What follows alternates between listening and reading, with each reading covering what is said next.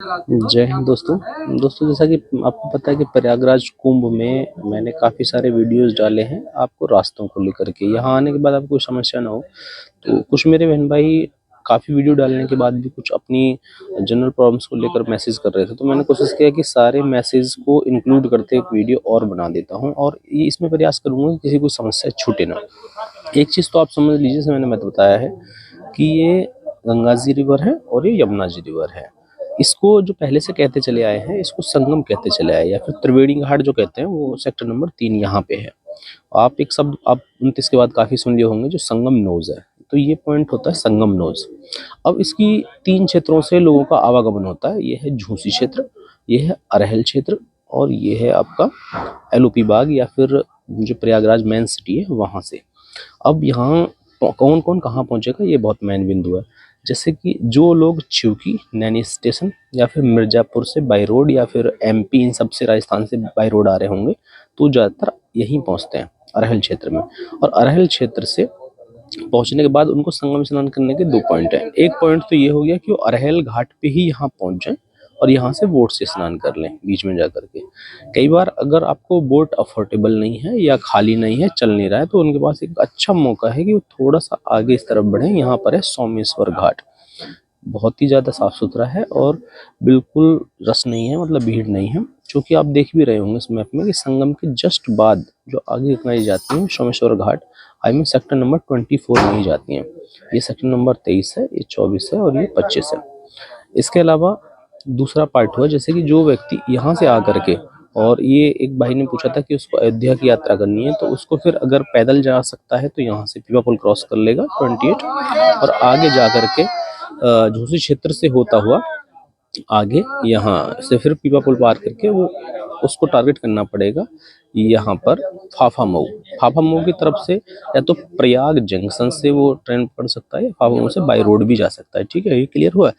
अब दूसरा पॉइंट है, जो लोग झूसी क्षेत्र से आ रहे हैं, तो झूसी क्षेत्र वालों ने पूछा था कि सर हमको स्नान कहाँ पे आसानी से किया जा सकता है। तो झूसी क्षेत्र वालों के लिए जो संगम घाट है, आप देख सकते हैं कि एक यहाँ भी पॉइंट बन जाता है संगम का, यहाँ से गंगा जी और यहाँ से यमुना जी। तो झूसी में भी एक संगम के नाम से घाट बनाया गया है, वो डायरेक्ट यहाँ पे स्नान कर सकते हैं। लेकिन अगर उनको वोट से अंदर जाके स्नान करना है तो उनको फिर से सेक्टर नंबर 3 में यहाँ आना पड़ेगा, क्योंकि वोट के स्टैंड मैंने बता दिया आपको, या तो अरहल से है या फिर सेक्टर नंबर 3 से है।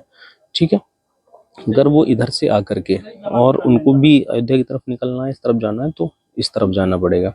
अब दूसरा पॉइंट ये है कि जो लोग यहाँ से आते हैं, एलओपी बाग की तरफ से आते हैं, मतलब दिल्ली की तरफ से आते हैं, पंजाब, कानपुर, फतेहपुर, लखनऊ आदि सब जगह से आते हैं, तो वो संगम पे सीधे पहुंच जाते हैं, क्योंकि यहाँ से सेक्टर नंबर 1 और 2 के बीच से निकल के रास्ता आपको सीधा संगम नोज की तरफ ले जाता है।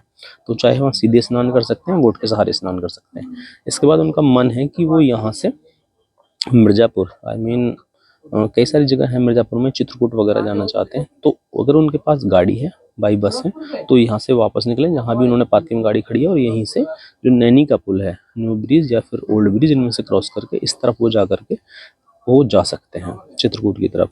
और अगर वो वाराणसी जाना चाहते हैं तो ऐसे उनको शास्त्री ब्रिज क्रॉस करना पड़ेगा, और शास्त्री ब्रिज से झूसी क्षेत्र में होते हुए वो वाराणसी जा सकते हैं।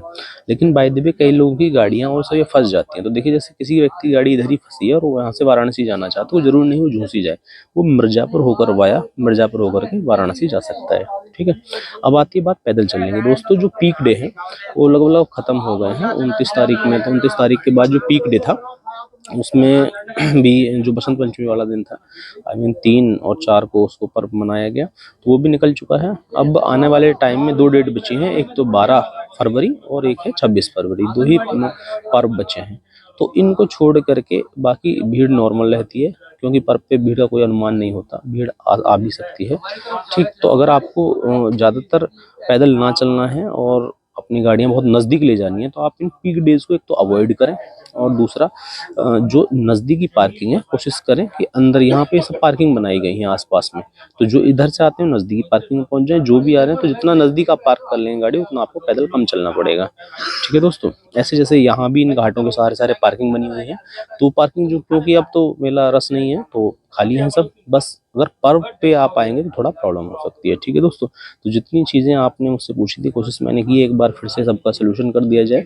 जैसे भी कुछ लोग पूछ रहे थे कि यहाँ से अगर आपको पैदल जाना होगा कि जो अरहल की तरफ आएंगे, तो उनको फिर वही सिंपल तरीका 28 नंबर पिया पुल क्रॉस करके आगे जाकर पैंटून पुल 1 या 2 3 को क्रॉस करे, सेक्टर नंबर 3 में त्रिवेणी घाट पहुंच सकता है। लेकिन मैंने फिर बताया कि अरहल वालों को कोई आवश्यकता नहीं है कि वो उस तरफ जाएं। हाँ, अगर उनको स्पेशली लेटे हुए हनुमान जी और अक्षयवट के दर्शन करने हैं तो वहाँ की विजिट कर सकते हैं, क्योंकि संगम तो उनको संगम का एक किनारा अरहल घाट भी है और झूसी में भी एक किनारा संगम का बन जाता है।